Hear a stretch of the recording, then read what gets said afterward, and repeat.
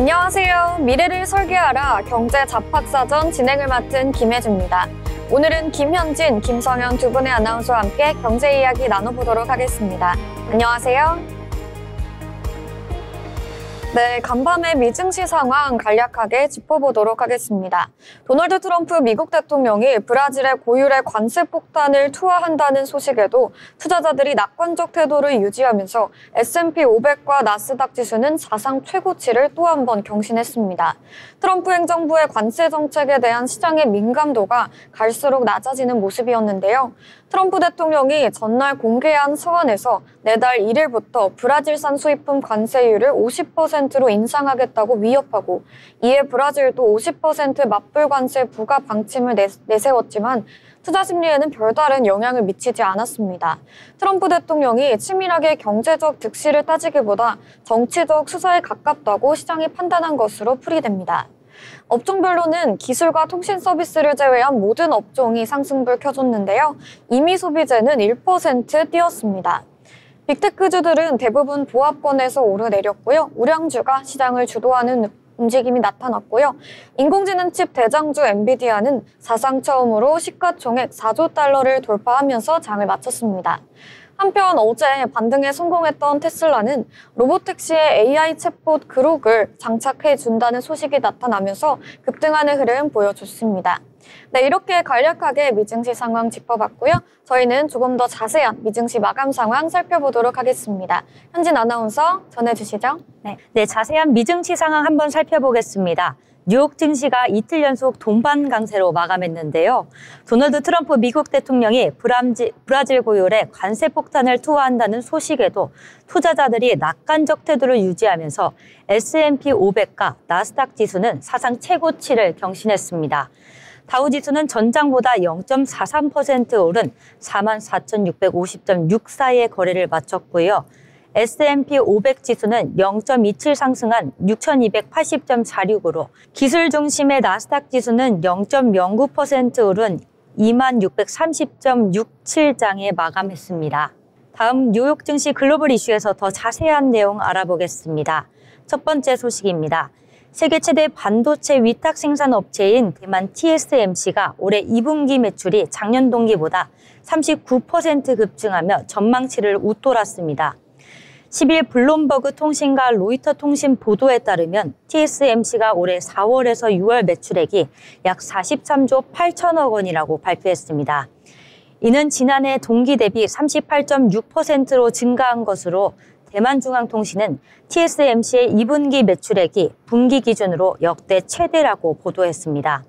블룸버그는 TSMC의 2분기 호실적이 엔비디아의 시가총액 4조 달러, 터치와 함께 AI 지출 붐이 계속될 것이라는 기대감이 높아지고 있습니다. TSMC는 엔비디아와 애플 등의 제품으로 들어가는 최첨단 AI 등을 위탁 생산하고 있어 AI 붐의 최대 수혜자라고 불리고 있습니다. 다음 소식입니다. 베트남이 미국과 실제로는 11% 상호 관세율에 합의했지만 트럼프 대통령이 이를 무시하고 20%의 관세를 부과했다는 보도가 나왔는데요. 폴리티코는 10일 4명의 소식통을 인용해 베트남 협상당은 상호 관세율이 약 11%가 될 것이라고 예상했지만 트럼프 대통령이 초기 관세 협상에 참여하지 않았던 또란 베트남 공산당 총서기장 전화통화에서 이 수치를 무시하고 거의 2배에 가까운 관세를 부과하겠다고 선언했습니다. 아직까지 미국과 베트남 간 최종 합의 서류는 공개되지 않았으며 20%의 관세율이 언제부터 적용될지도 불확실한 상황입니다. 폴리티코는 베트남 정부 관계자들이 놀라움과 실망을 표하고 분노하고 있다며 분위기를 전했습니다. 세 번째입니다. 영국과 프랑스가 사상 처음으로 핵전력 운용을 조율하기로 합의했는데요. 러시아의 위협이 지속되고 도널드 트럼프 미국 행정부가 유럽 항의에서 거리를 두려는 조짐이 보이는 가운데 유럽의 두 군사 강국의 핵 협력이 안보 자율성을 높이는 계기가 될 수 있을지 주목됩니다. 파이낸셜 타임즈 등 주요 매체에 따르면 영국을 국빈 방문 중인 마크롱 프랑스 대통령은 9일 키어 스타머 영국 총리와 핵전력 사용 조율에 합의했습니다. 영국과 프랑스는 유럽 내 독자적인 핵전력 보유를 보유 중인 국가들인데 영국은 자국 핵무기를 집단 안보 체계에서 제공하고 있지만 프랑스는 핵무기 사용에 대해 독립적인 결정을 고수해왔습니다. 하지만 이번 합의에 따라 두 국가는 유럽에 중대한 위협이 발생할 경우 핵무기를 공동 운영해 대응하겠다는 방침을 처음 마련한 겁니다. 이번 합의에 따라 향후 핵 대응을 조율할 수 있는 기구를 설치하는 한편 핵 잠수함이나 전투기 등 전략자산 공조 운용에 대한 협력이 이루어질 것으로 보입니다. 로런드 프리드만 영국 교수는 프랑스가 핵전력을 타국과 조율한다고 공개적으로 인정한 것은 이번이 처음이라면서 매우 중요한 진전이라고 평가했습니다. 다음은 히트맵 보시면요. 엔비디아의 외 빅테크 기업은 대체로 보합권이었습니다. 애플이 0.6%, 구글이 0.57%, 테슬라가 4.73% 올랐습니다. 테슬라는 로보택시 서비스 지역 확대와 차량 내 AI 그록 탑재 등에 힘입어 주가가 크게 올랐는데요. 마이크로소프트는 0.4%, 메타는 0.76%, 아마존은 0.13% 하락했습니다. 다음 주요 기업 글로벌 이슈 한번 살펴보겠습니다. 첫 번째 내용입니다. 인공지능 칩의 절대 강자 엔비디아가 세계 최초로 시가총액 4조 달러 시대를 열며 시장의 황제로 열렸는데요. 거시경제의 불확실성마저 잠재우는 압도적인 영향력에 더해 각국 정부의 AI 주권 확보 경쟁이라는 새로운 성장 동력까지 얻었습니다. 월가는 엔비디아의 독주를 인정하면서도 AI 생태계를 구성하는 동맹 기업과 왕좌를 위협하는 강력한 도전자에게도 시선을 돌리며 AI 패권 대전의 이막을 예고하고 있습니다. 두 번째 내용입니다. 아마존 프라임 데이인데요. 여름의 블랙 프라이데이라고 불리는 아마존 프라임 데이 행사가 시작 첫날부터 판매 부진이라는 암초를 만났습니다. 미국 소비 경기에 대한 우려가 현실화한 신호탄이라는 분석이 나오는데요. 블룸버그의 9일 브랜드 컨설팅 업체 모멘트 커머스 통계를 인용해 올해 아마존 프라임 데이 첫날이었던 8일, 아마존의 매출이 지난해 행사 첫날 비해 41% 급감했다고 밝혔습니다. 아마존에서 관리하는 기업 매출만 연간 약 70억 달러 규모에 달하는데요. 온라인 쇼핑 업계에서 신뢰할 만한 데이터로 평가받지만 올해 프라임데이는 전체 매출뿐만 아니라 소비의 질도 나빴다는 평을 받고 있습니다. 시장 조사 업체 뉴머레이터는 올해 프라임데이는 유독 짠물 소비 현상이 명확하게 드러나 있다고 평가했습니다. 세 번째 뉴스입니다. 테슬라인데요. 일론 머스크 테슬라 최고 경영자가 자사의 인공지능 스타트업 xAI 챗봇 그록을 조만간 테슬라 차량에 탑재하겠다고 밝혔습니다. 머스크 CEO는 10일 소셜미디어 X는 그록은 곧 테슬라 차량에 탑재될 예정이며 늦어도 다음 주에는 적용될 것이라고 밝혔습니다. AI 챗봇을 차량에 탑재하려는 이번 행보는 테슬라와 xAI 간 협약이 본격화됐음을 알렸습니다. 최근 테슬라의 판매 성장세가 둔화하면서 일부 투자자들은 AI 사업과의 시너지를 주문해왔습니다. 테슬라의 그록4가 탑재될 경우 테슬라 차량 이용자들은 그록4를 통해 테슬라 기능 일부를 제어할 수 있음을 전망하고 있습니다. 차량에 AI 챗봇이 탑재된 것은 처음이 아니기 때문에 얼마나 자연스러운 음성이 탄생될지 관심이 쏟아지고 있습니다. 지금까지 미증시 마감 브리핑 전해드렸습니다. 네, 오늘 뉴욕 증시 상황 전해주셨습니다. 트럼프 대통령의 관세 압박 속에서도 시장은 어느 정도 면역력을 보여주는 모습이었는데요. 주요 지수가 동반 상승 마감했고요. 사상 최고치를 격신했습니다. 좋은 흐름 보여준 미증시였다라고 정리할 수 있겠고요. 또한 대만 TSMC가 2분기에 역대 최대 매출이 나와주면서 AI 수요 급증 효과가 기대가 되고 있습니다. 이러한 흐름들이 오늘 우리 시장에서 어떤 영향을 미쳐서 보여줄지 저희와 함께 살펴보시면 좋을 것 같습니다. 네, 이어서 저희는 기업에 대해서 알아보도록 하겠습니다. 성현 아나운서 전해주시죠.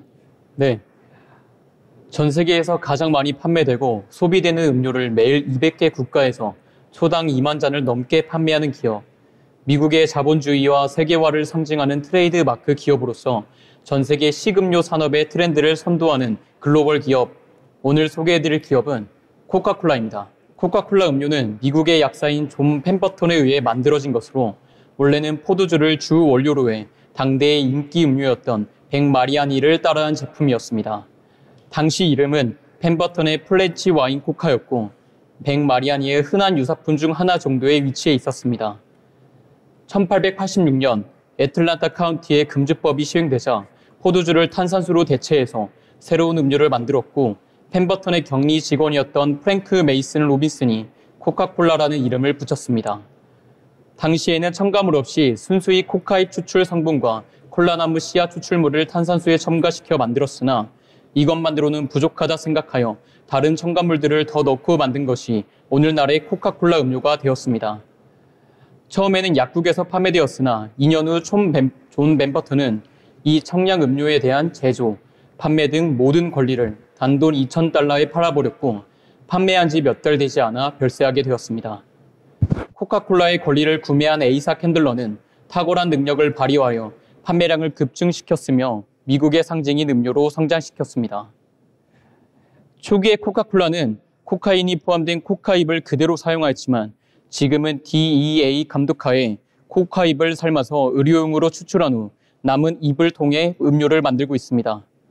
코카콜라의 생산 라인은 비밀리에 붙여지고 있는데요. 코카콜라의 레시피를 알고 있더라도 똑같은 맛을 내기는 어려울 뿐만 아니라 식품법상 사용되는 원료에 대해서는 공개의 의무가 있지만 일명 BOM이라고 불리는 배합비 및 조리 방법의 경우에는 기업의 자산으로 인정되어 공개하지 않아도 되기에 정확한 코카콜라의 레시피는 알 수 없다고 합니다. 이러한 신비로운 이미지를 코카콜라 또한 이용하여 고도의 상술로 사용하고 있고 특허법상 특허 출원 보호를 받을 시 최대의 보호기간이 제한이 되고 반드시 해당 기술을 공개해야 한다는 점을 역이용하여 특허를 출원하지 않고 있으며 창업 때부터 비밀리에 전수되는 비법이라는 식으로 홍보를 하여 신미감과 이슈를 의도한 마케팅을 펼치고 있습니다. 그러나 지금 누군가 코카콜라의 레시피나 맛의 비밀을 알아내어 경쟁사를 만든다 하여도 코카콜라와 경쟁할 수 없다는 말이 있을 정도로 코카콜라의 위상은 대단하다고 할 수 있습니다. 코카콜라는 다양한 이미지를 마케팅하는 것으로 유명하는데요. 그중 코카콜라 상징인 로고는 1886년 펜버튼 박사가 처음 음료를 만들 때 함께 진행하였던 프랭크 로빈슨이 만들었습니다. 시간이 지남에 따라 로고는 조금씩 변해왔고 1958년에서 1960년 사이에 코카콜라의 상징색인 빨간 배경과 물고기의 꼬리를 연상시키는 피쉬테일 로고가 이때 완성되었습니다. 다음으로 코카콜라를 대표하는 이미지는 병 모양이라고 말할 수 있겠습니다. 코카콜라를 담은 유리 용기를 컨투어 병이라고 부르는데요. 이 병은 당시 코카콜라를 모방한 제품이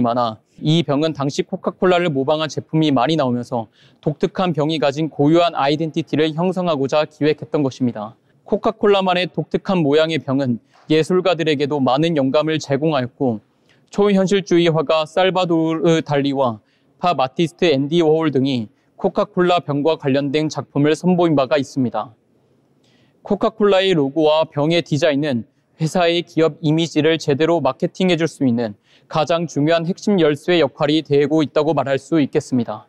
코카콜라의 2025년 1분기 실적은 순 매출이 환율 영향 등으로 전년 동기 대비 2% 감소한 111억 달러였으나 6위 매출은 6% 증가하였습니다. 영업이익률은 32.9% 상승하였고 화폐 중립 기준으로는 1% 증가했습니다. 코카콜라는 글로벌 브랜드려 다각화된 제품, 안정적인 배당을 겸비한 방어적 가치주라고 말할 수 있겠습니다.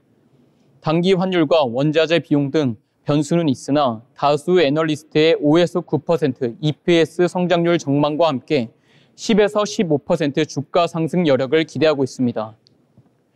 다만 성장률 자체는 다소 원만하여 강달러 지속 시 기대 수익률은 제한될 수 있으니 주의가 필요하다고 할 수 있겠습니다. 130년이 넘는 시간 동안 전 세계인의 곁을 지켜온 코카콜라는 앞으로도 지속 가능한 성장과 혁신을 통해 시대를 선도하는 글로벌 브랜드로 자리매김할 것입니다.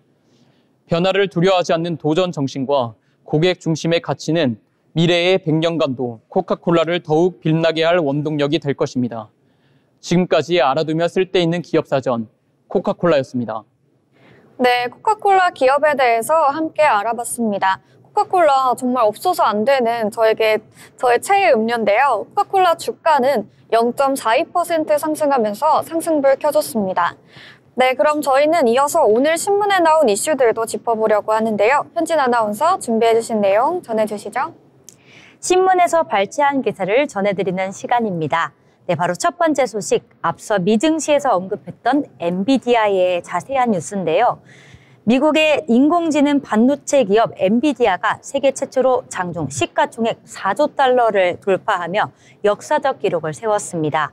현지 시각으로 9일 오전 엔비디아의 주가는 전일 대비 2.8% 상승한 164.42달러를 기록하며 마이크로소프트와 애플 등 글로벌 빅테크 기업들을 제치고 처음으로 4조 달러 시총벽을 넘어섰습니다. 올 초 중국 AI 스타트업의 급부상과 미국 트럼프 대통령의 관세 정책 등으로 잠시 조정을 겪었지만 최근 AI 기술에 대한 수요가 급증하고 주요 고객사들의 설비 투자 확대가 발표되면서 다시 강력한 상승세를 보이고 있습니다.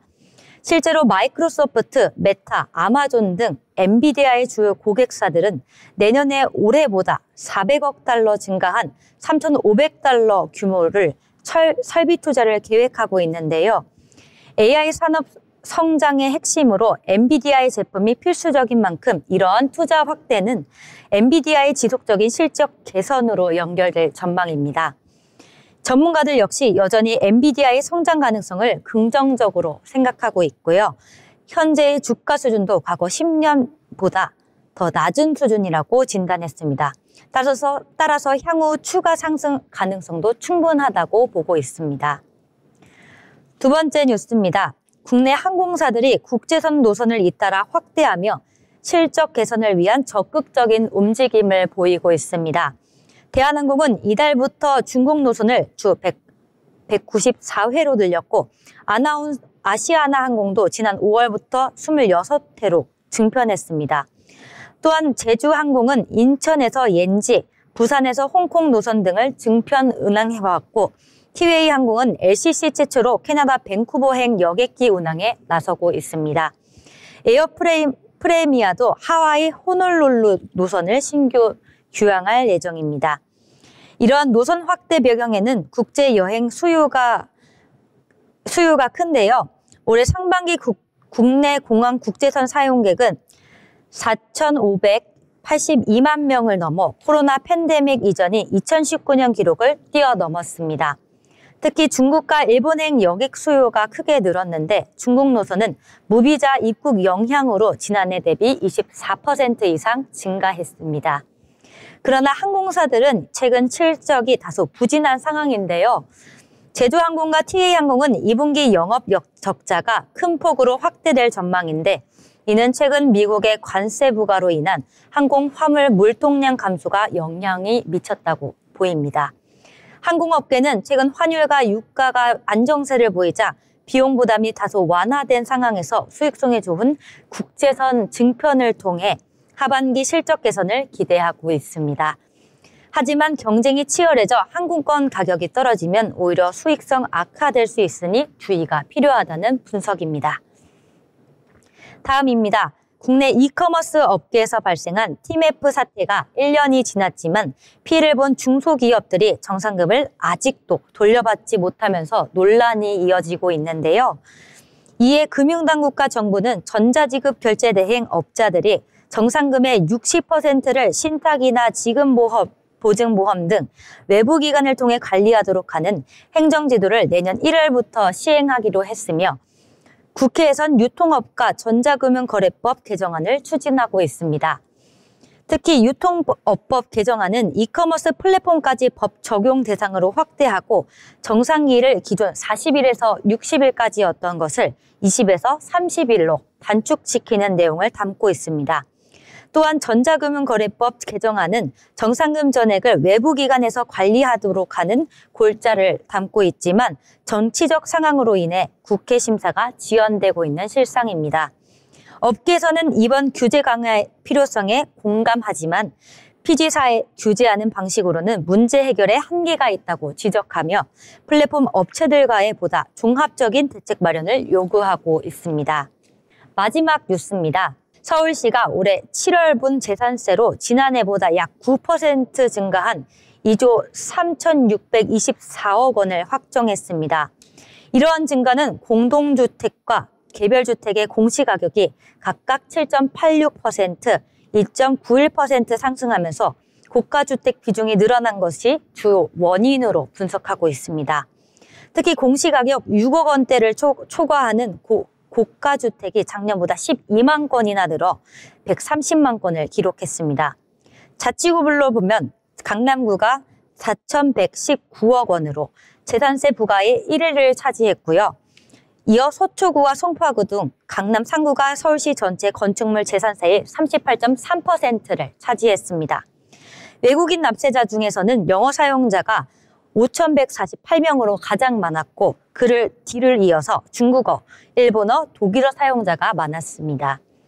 7월 재산세는 주택의 50%와 건축물, 선박, 항공기에 부과되며 기한을 넘길 경우 3% 가산세가 부과된다고 하고 있습니다. 지금까지 뉴스 브리핑이었습니다. 다음에도 더욱 더 유용한 내용으로 찾아뵙겠습니다. 네, 다양한 뉴스들 하나하나 전해주셨습니다. 엔비디아가 시총 4조 달러를 넘기면서 장을 마쳤죠. 이에 따라 오늘 국내장에서 반도체주의 흐름도 강했는데요. 저희와 함께 하시면서 계속해서 투자에 참고해보시면 좋을 것 같습니다. 저희는 그럼 잠시 후에 아나운서들의 주식수다 돈의 맛으로 돌아오도록 하겠습니다. 미래를 설계하라 경제 잡박사전에 그 해답이 있습니다. 아울러 본 방송에서 제공하는 정보는 투자 판단에 대한 조언일 뿐 해당 종목의 가치, 상승 또는 하락을 보장하지 않습니다.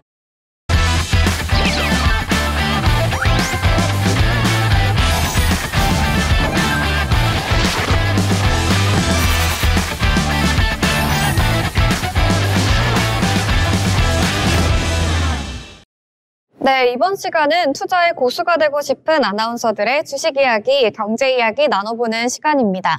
먼저 오늘 국내 증시 마감 상황부터 살펴볼 텐데요. 7월 11일 금요일 이번 주 마지막 거래일이죠. 마감 상황 짚어보겠습니다. 어제 국내 증시 시가총액이 사상 최초로 3,000조 원을 넘어섰죠. 외국인이 시장을 주도하는 모습이었는데요. 오늘은 코스피가 장중 3,200선을 기록했는데요. 3년 10개월 만에 3,200선 기록해줬습니다. 지수 상황 보겠습니다. 코스피는 상승 출발해서 장중에 연고점을 경신했는데요.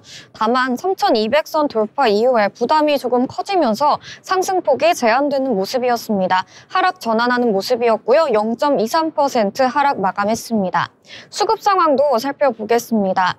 개인이 1,467억 원 물량을 담아내줬지만 외국인과 기관이 팔아내면서 지수에 하방 압력을 더해주는 모습이었는데요. 외국인은 1,264억 원 팔아냈고요. 기관은 664억 원 순매도했습니다. 이어서 코스닥 지수도 살펴보도록 하겠습니다. 네, 코스닥 상승세 이어오면서 800선을 회복해줬고요. 12거래일 만에 800선에 안착해주면서 거래를 마쳤습니다. 0.35% 상승 마감했습니다. 수급 상황도 살펴봐야겠죠. 양시장의 수급이 엇갈리는 모습이었는데요. 코스닥에서는 외국인과 기관이 물량을 담아내면서 지수 상승을 이끌었죠. 외국인이 566억 원, 기관이 96억 원 담아냈습니다. 반면에 개인이 637억 원 매도했습니다. 네, 양대 시장 수급이 엇갈리는 모습이 확인이 됐고요. 이어서 시가총액 상위 종목들도 살펴보도록 하겠습니다. 전반적으로 혼조세가 보여졌는데요. 전날 발표된 대만 반도체 기업 TSMC의 2분기 매출이 인공지능 수요 급증에 힘입어 사상 최고치를 기록했죠. 반도체 업종 전반에 대한 투심을 자극했다는 평가가 나왔습니다.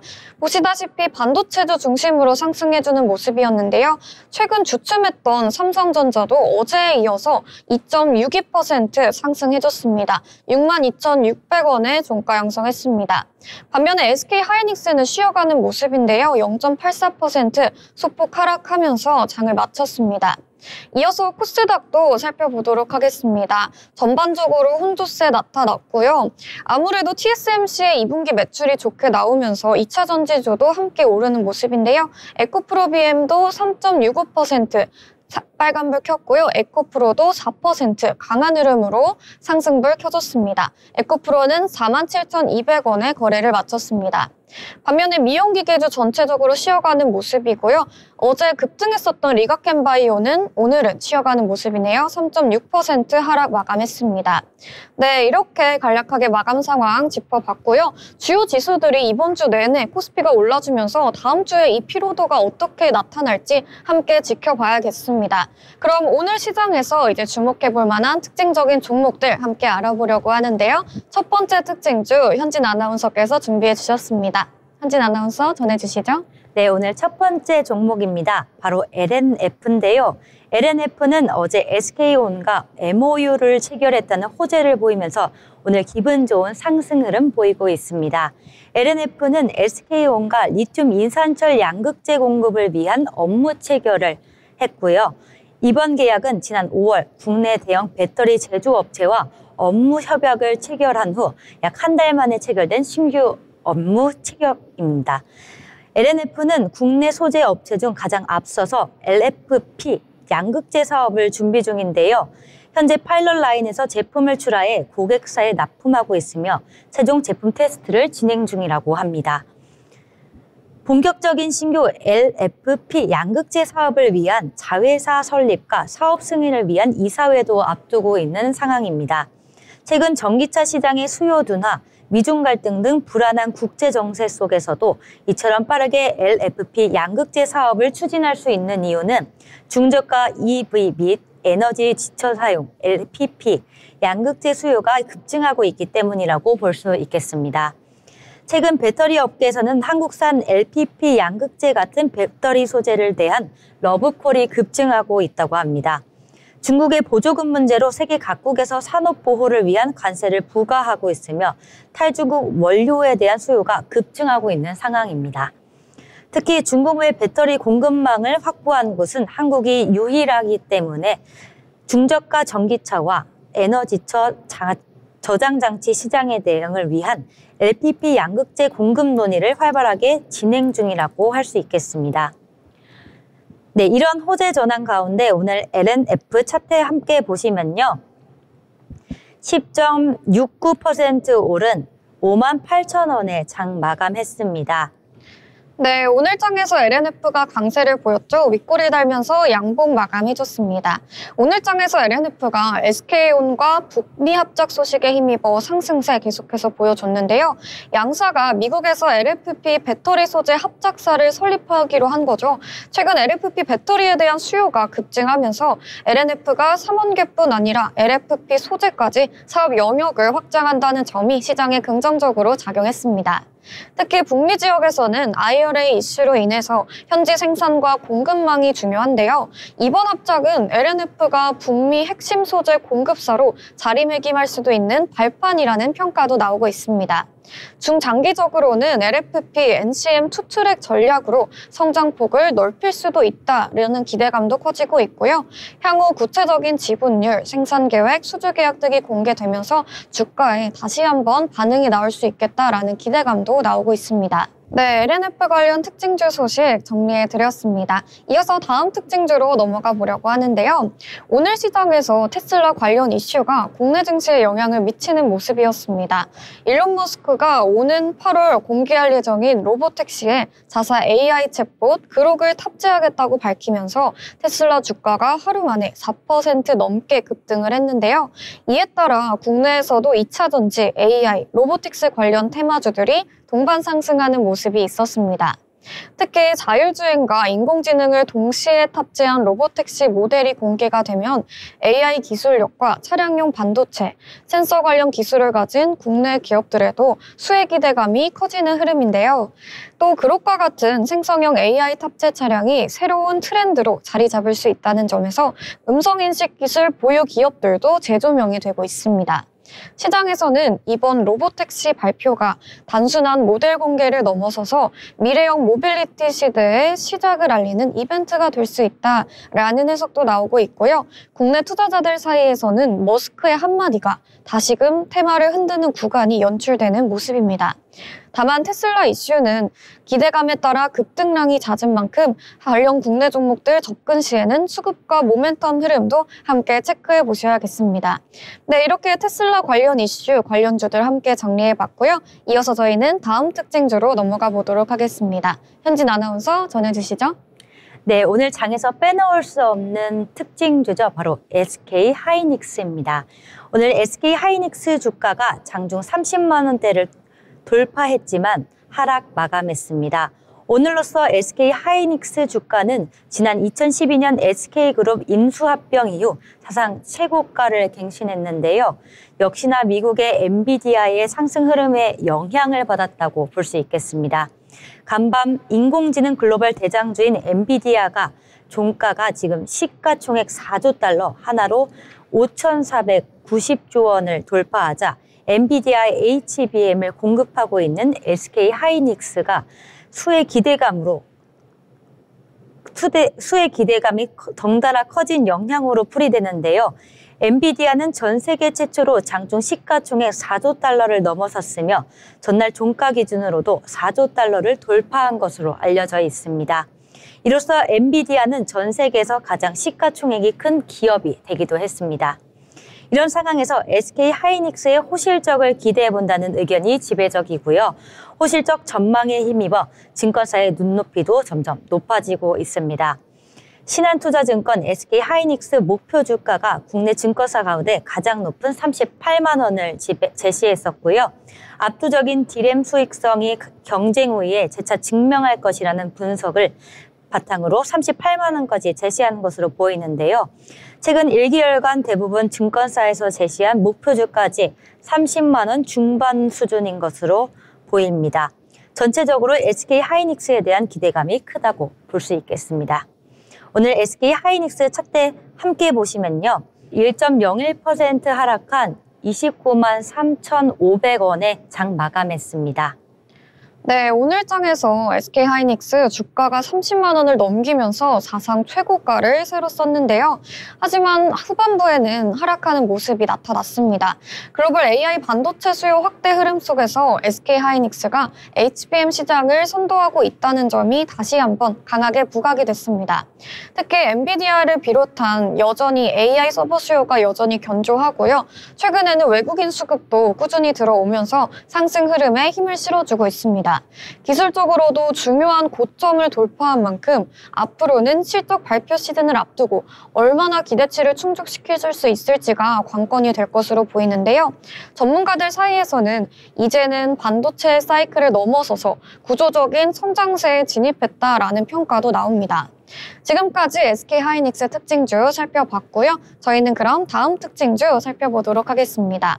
오늘 장에서 정치권의 상법 개정 움직임에 증권주들이 크게 반응했는데요. 오늘 강세를 보인 증권주에 대해서 알아보도록 하겠습니다.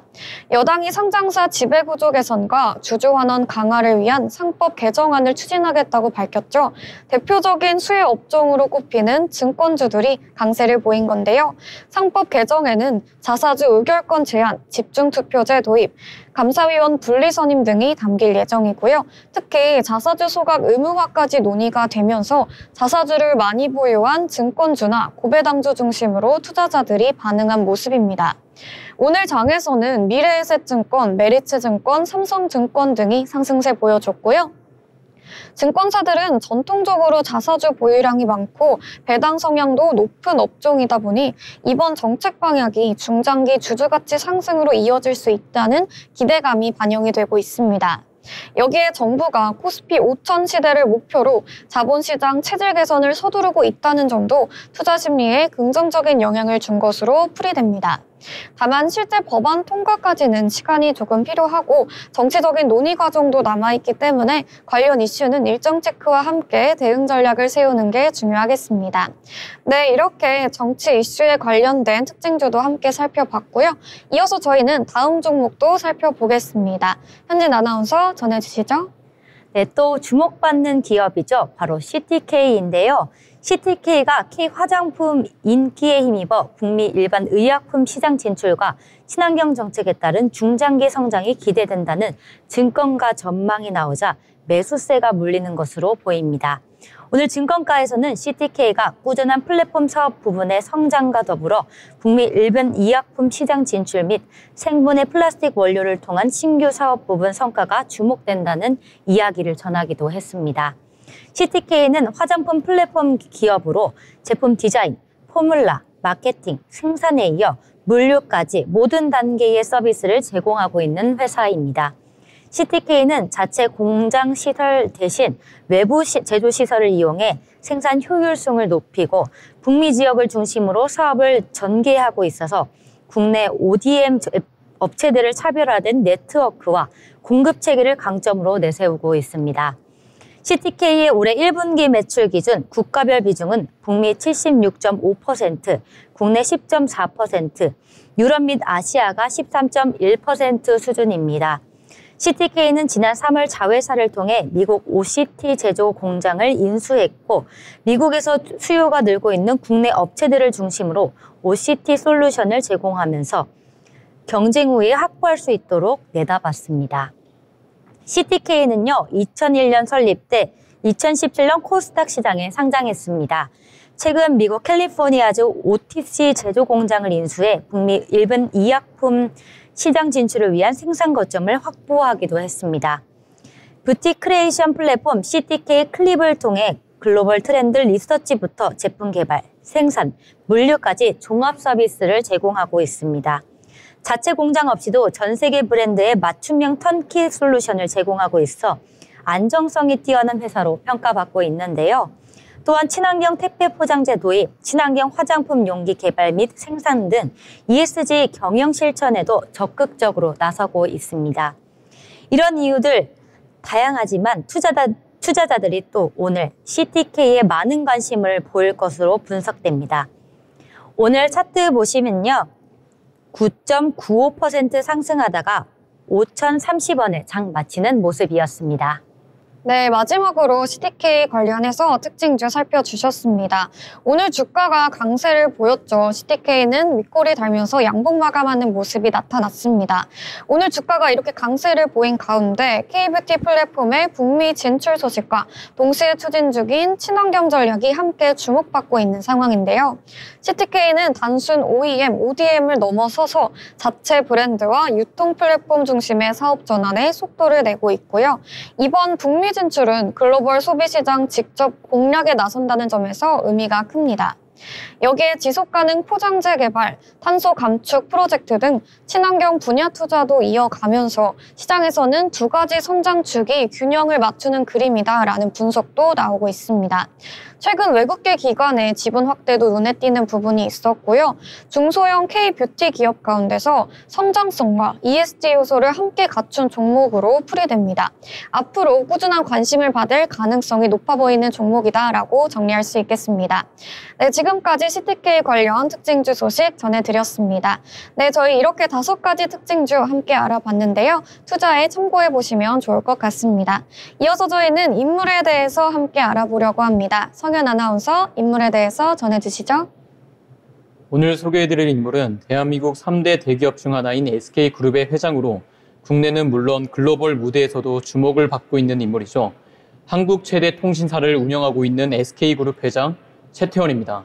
최태원 회장은 1960년 경기도 수원시에서 SK그룹의 전신인 성경그룹의 최종현 회장의 장남으로 태어났습니다. 수송중학교, 신일고등학교, 고려대학교를 졸업한 후 미국 시카고대학교 대학원에서 경제학 석박사 과정을 통합 수료하였습니다. 1992년 SK의 부장으로 입사 후 상무를 거쳐 SK 주식회사 부사장직을 맡았으며 1998년 38세의 나이에 SK그룹 회장에 선임되었습니다. 1998년 당시 IMF 위기로 인한 기업의 어려운 시기에 총수 자리를 물려받은 최태원은 혁신적 변화를 할 것이냐, 천천히 사라질 것이냐라는 말과 함께 생존을 위해 그룹 체질이 바뀌어야 한다는 것을 강조하였습니다. 이에 2002년 10월 제주도에서 열린 그룹 세미나에서는 생존 능력이 없는 계열사는 흑자라도 정리하겠다는 내용이 담긴 이른바 제주선언을 발표하기도 했습니다. 부임 이후 무난한 경영을 하고 있던 2003년 SK그룹 창사 이래 최대 위기인 소버린 사태를 겪게 되었습니다. 소버린 사태는 모나코에 기반을 둔 소버린 자산운용이 SK 주식회사의 주식 14%를 매입하여 경영권을 탈취하려고 했던 사태이죠. 이 사태는 당시 주주총회에서 표 대결까지 간 결과 SK그룹이 어렵게 승리를 하였던 사건입니다. 이를 계기로 SK그룹과 최태원 회장은 기업 지배구조 개선과 이사회 중심의 투명 경영을 보다 적극적으로 추진하게 되었고 SK그룹은 보다 탄탄한 경영 시스템을 가지게 되었습니다.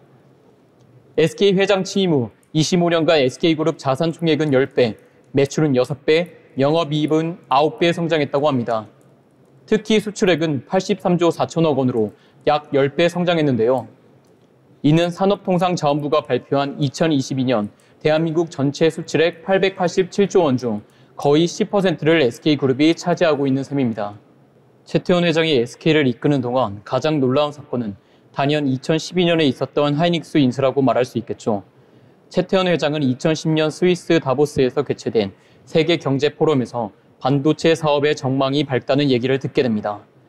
이는 최태원이 반도체 시장에 눈을 뜨게 된 결정적인 계기가 되었습니다. 그는 정보기술 분야가 세상을 바꿀 것이라고 생각하였고 반도체는 발전 가능성이 무궁무진한 사업이라고 확신했습니다. 이러한 생각들은 SK그룹이 진행하고 있던 에너지, 화학, 정보통신망으로는 그룹의 성장이 어렵다고 판단, 경영진의 반대를 무릅쓰고 하이닉스 인수를 하였다고 합니다. 당시 경영진들의 반대 이유로는 턱없이 높은 임수 금액 때문이었는데요. 인수에 필요한 자금은 2조 원이 넘어갔고 이는 SK그룹이 감당할 수 없는 금액이라고 생각하였기에 경영진 대부분이 반대를 하였습니다. 그러나 SK그룹의 하이닉스 인수는 그룹의 사업 영역을 통신사에서 반도체로 확장할 수 있게 되었고 이는 신의 한 수라는 평가를 받게 됩니다. SK하이닉스는 반도체 시장의 호황과 함께 무섭게 성장하였고 그룹 내의 핵심 계열사로 성장하였습니다. 2017년 반도체 슈퍼사이클 때 하이닉스의 영업이익은 무려 13조 7,321억 원을 기록하였고 이는 하이닉스 인수 과정에서 들었던 금액인 3조 원의 4배가 넘는 수익을 1년 만에 얻게 되는 결과를 낳게 되었습니다. 최태원은 스포츠 마니아로 잘 알려져 있는데요. 그중 농구를 가장 좋아한다고 합니다.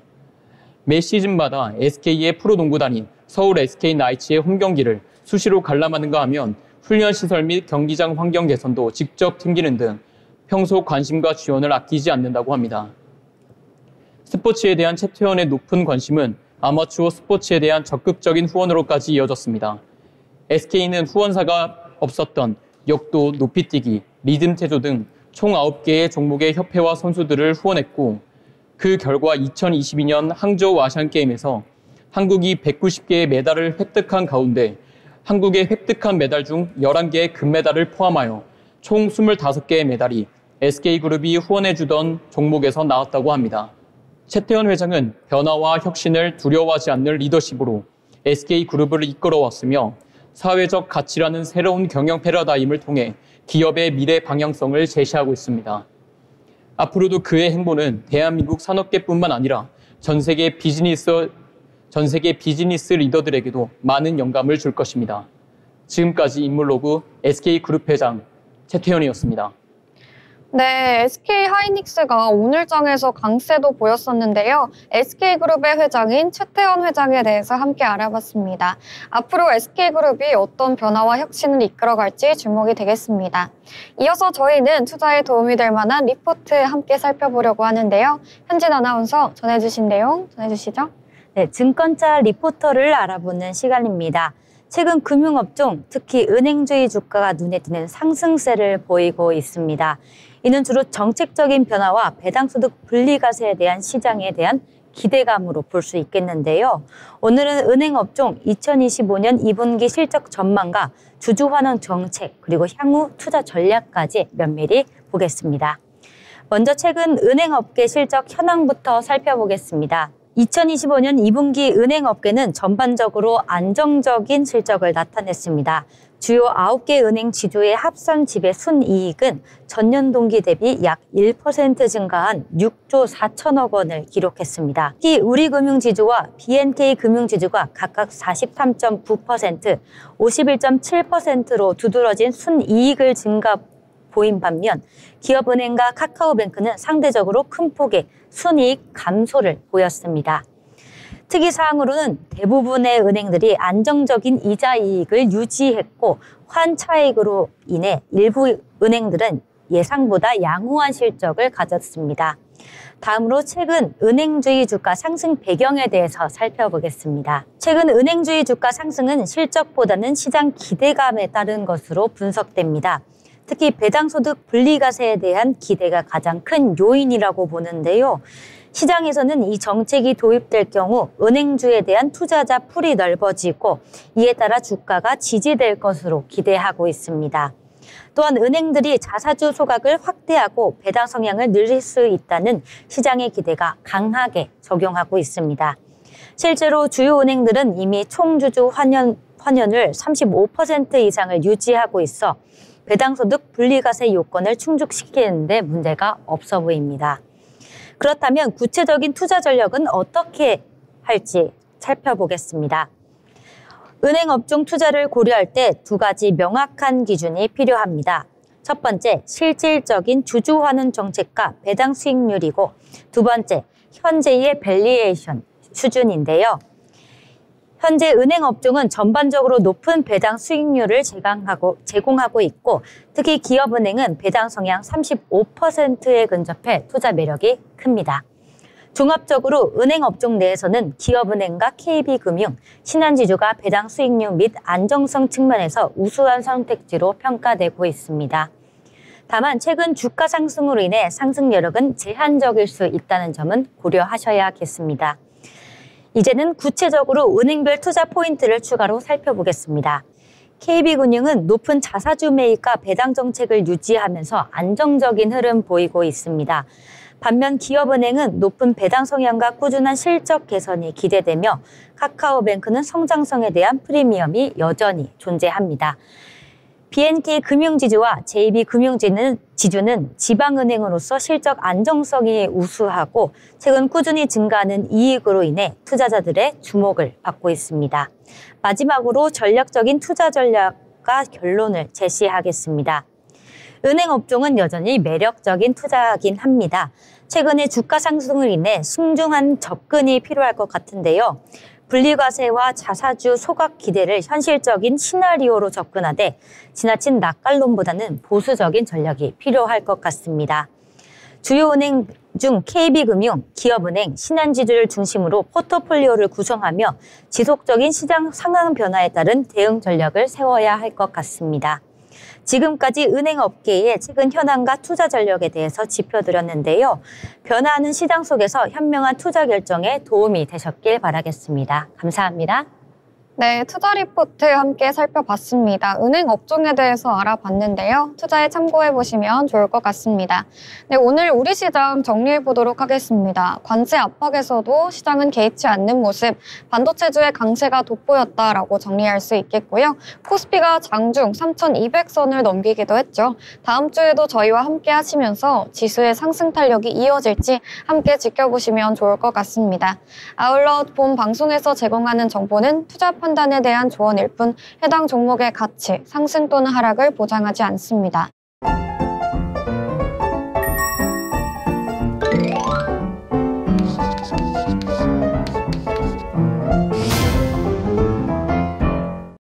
네, 돌아온 오늘장 한 줄평 시간입니다. 한 분 한 분 오늘 장에 대해서 한 줄로 이야기 나눠보려고 하는데요. 먼저 성현 아나운서부터 전해주시죠. 네, 오늘의 한 줄평은 항공 AI 호재에 힘입어 S&P와 다우존스 지수가 사상 최고위를 경신하였습니다. 이로 인해 미국 시장의 강세가 뚜렷하다고 말할 수 있겠습니다. 네, 그럼 한 문장으로 미국 시장이 강하다 이렇게 네, 정리해 볼 수 있을까요? 네, 맞습니다. 네, 좋습니다. 관세 압박 속에서도 미국의 뉴욕 주요 지수들이 사상 최고치를 경신하면서 강한 흐름 보여줬습니다. 이어서 그럼 현진 아나운서도 한 줄 이야기해 주시죠. 네, 저는 나비 효과라고 말하고 싶은데요. 무더운 폭염만큼 엔비디아의 주가가 4조 달러를 열었습니다. 이 파장으로 다양한 분야에 더 좋은 영향을 미쳤으면 좋겠습니다. 네, 좋습니다. 엔비디아가 좋은 모습 보여주면서 우리 시장에서도 반도체주 강세를 이어왔죠. 네, 저도 한 줄평 해보도록 하겠습니다. 코스피 3,200 돌파, 금리 인하 기대감에 뜨겁게 달아오른 증시. 이렇게 정리해보도록 하겠습니다. 다음 주에도 코스피가 계속해서 좋은 모습 보여줄지 저희와 함께 하시면 좋을 것 같고요. 다음 주에도 저희 방송과 함께 하시면서 성공적인 투자 계획 세우시길 바랍니다. 시청해주신 여러분 고맙습니다.